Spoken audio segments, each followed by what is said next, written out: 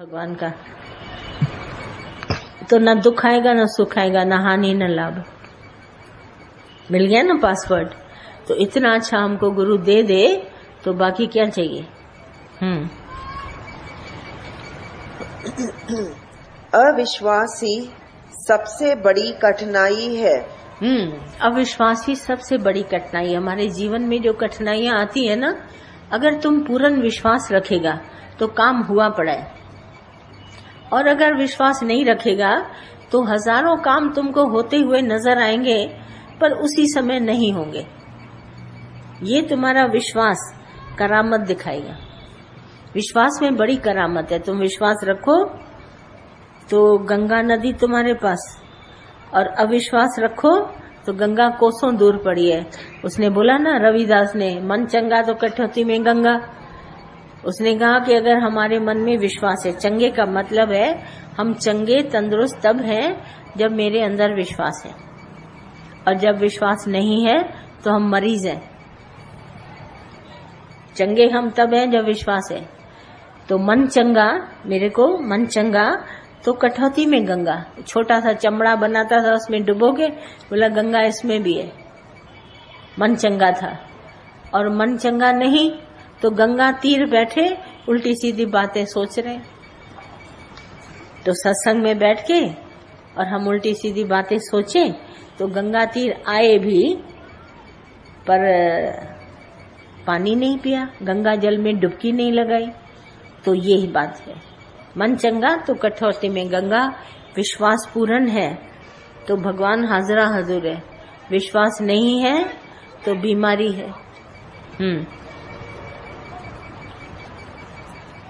सतगुरु की महिमा, अनंत किया उपकार। सतगुरु की महिमा है। लोग बोलते हैं गुरु की क्या महिमा है। बोला अनंत किया उपकार। इतना उपकार किया है हमारे पर गुरु ने कि हम गिन नहीं सकते। गिनती भूल जाओगे, है ना। तुम कभी आंख मूंद करके, आंख खोल के नहीं, आंख मूंदो, माना तुमको जगत ना दिखाई दे, तुम अपने गुरु के साथ बैठो, आंख मूंद के गुरु के साथ बैठो और देखो तुम्हारे ऊपर कितना उपकार किया है। तुम गिन नहीं पाएगा, इतना उपकार है। शर्म आती है जब हम अज्ञान में थे, कैसे थे, अभी सोच के चलो भूलो बातें, याद करके ही शर्म आ जाती है। ऐसे थे क्या, अरे गुरु ने क्या से क्या बना दिया। तभी भजन में गाते हैं, काग पलट गुरु हंसा कीनी। हमको कौवे से हटाकर मुझे हंस बनाया, है ना, हंस बनाया। कहाँ कौवा बिल्कुल काला और हंस बिल्कुल सफेद। तो काग पलट गुरु हंसा कीनी और दीनी नाम निशानी। हमको निशानी भी दी, कौन सी, नाम जपो। दीनी नाम निशानी। हंसा कहाँ पहुंचेगा, सुख सागर में, उसके आगे सुखी सुख है। मुक्ति भरे जहां पानी। बोला मुक्ति तो साधारण सी बात है, जब सुख सागर में पहुंचेंगे तो मोक्ष हमारा पानी भरेगा वहां पर। बोला मुक्ति व्यक्ति की परवाह नहीं, अब तो हम बैठे हैं गुरु के साथ। मुक्त तो मैं हूं ही, पहले ही से हूं। ये है।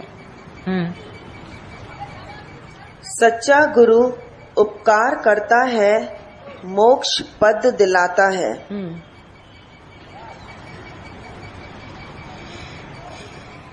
गुरु विषय वासना से हटाता है। गुरु ने आम में कीड़ा दिखाया। विषय वासना क्या होती है, आम में कीड़ा क्या होता है। जो गुरु हमको दिखाता है आम में कीड़ा, और ये विषय वासना क्या होती है। विषय रस है ना, रूप, रस, स्वाद, गंध, स्पर्श, ये 5 विषय हैं। तो विषय से विकार पैदा होते हैं। विकार कैसे, जैसे आप रूप देखें, रस लें तो अटैचमेंट हो जाती है आपकी। तो अटैचमेंट के बाद आप उसके बगैर रह नहीं सकते तो क्रोध आएगा।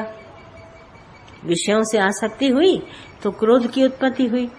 तो विषय को इसीलिए विकारों के साथ कहा जाता है। ये 5 विषय, रूप, रस, स्वाद, गंध, स्पर्श। तो गुरु हमको इन विषयों में 5 विषय, भले मुझे रूप अच्छा दिखाई दे, रस भी दिखाई दे, सुगंध भी आए, सब कुछ हो, पांचों विषय, स्पर्श का सुख भी हो, सब हो, मगर भगवान याद दिलाए, कहे ये भगवान है ना, मन से दिल से बोले 5 विषयों में भगवान है। अगर हमने द्वैत भाव यहाँ पर हटाया तो विकार उत्तेजित नहीं होंगे। अगर आप भगवान देखते हैं, जैसे संत जा रहा था तो बहुत सुंदर लड़की वहां से साड़ी पहने गुजर रही थी, तो संत उसको देखकर हंसने लगा। तो लड़की ने बोला, शर्म नहीं आती, इतने बड़े संत हो गए, मुझे देखकर हंस रहे हो? बोला, मैं तुमको देखकर नहीं हंस रहा हूँ, मैं भगवान की सराहना कर रहा हूँ कि तुमको भगवान ने इतना सुंदर बनाया है, मैं अपने मालिक को याद करके हंस रहा हूँ। तो लड़की शर्मा गई कि मैं बेकार गलत समझ रही थी, ये तो भगवान का संत है, तो माफी मांगी। तो ठीक उसी तरह से 5 विषय हमारे सामने भी है, परंतु गुरु ने जब हमको ज्ञान दिया तो 5 में भगवान है, तो विकार उत्तेजित नहीं होंगे। विकार को हम नहीं कुछ कर सकते, पर जो 5 विषय हैं उसका ज्ञान मुझे हो गया। रूप है, रंग है, स्वाद है, गंध है, स्पर्श है, पर ये 5 भगवान हैं। अगर ये भगवान है ऐसा मुझे निश्चय हो गया तो मेरे में विकार पैदा ही नहीं होंगे। ये है विषयों से उपरामता, जो संतों में होती है ना, विषय रस से उपरामता।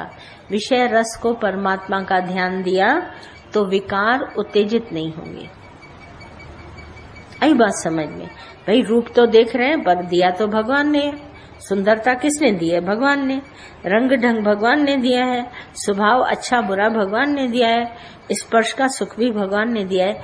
कभी आप देखो, ये जो रूप रस स्वाद गंध स्पर्श सबसे उत्तम है। आंख तो दूर से रूप देख लेगी, कान भी दूर से सुन लेगा, नाक भी सूंघ लेगा, और मुख भी स्वाद ले लेगा बातों का इसका, मगर स्पर्श जो है बिना टच किए आपको वो सुख नहीं मिलेगा। ये सुख सबसे खतरनाक है। सारी दुनिया इस सुख में अटक जाती है।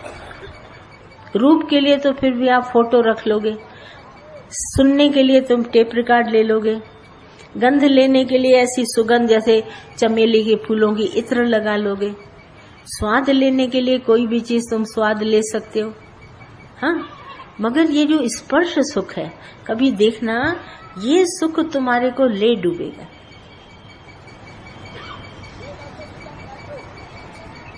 इससे बड़े बड़े क्या बोलते थे, ये स्पर्श का सुख हाथी में होता है।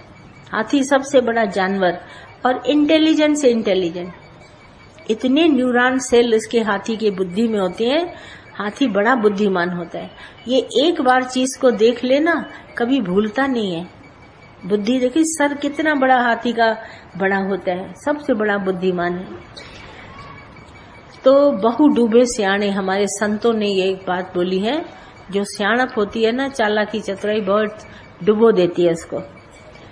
तो हाथी को क्या करते हैं, पकड़ने के लिए एक बोलते हैं गड्ढा खोदते हैं, बहुत बड़ा गड्ढा, और गड्ढे के ऊपर एक हथनी का फोटो, सिर्फ देखना फोटो, बड़ी सी हथनी बना के एक पिक्चर उसको ऐसा ऐसा दूर से दिखाते हैं। गड्ढा जैसे यहाँ है, हथनी की फोटो उधर रखते हैं, और हाथी उसकी फोटो देखकर स्पर्श के सुख से, स्पर्श की वजह से दौड़ता है, उसको गड्ढा नहीं दिखाई देता, गड्ढे के उस तरफ है हथनी का फोटो, छूने के लिए ऐसे छलांग मारता है तो गड्ढे में गिर जाते हैं। हथनी का फोटो उधर है। जब हाथी गिरा, सिर्फ स्पर्श का सुख लेने के लिए गड्ढे में गिर गया, अब क्या हो, निकल नहीं सकता, इतना भारी भरकम गड्ढे में। जैसे कोई मोटा आदमी धरती पर गिर जाता है, उठाना कितना मुश्किल होता है। कार को भी रास्ते से उठाते हैं, पार्किंग से, तो क्रेन ले आते हैं बड़ा, तब कार को हायर जिकर ऐसे ले जाते हैं। हाथी को गड्ढे से निकालना बड़ा मुश्किल है। गले में डालते हैं उसके फंदा, और फिर ऐसा ढलान की तरह बनाते हैं, उसमें लकड़ी लगाते हैं, उसको कहते हैं चढ़ो, उधर से चढ़ता है, रस्सी पकड़ लेते हैं, हथनी तो वहीं उसी समय हटा देते हैं।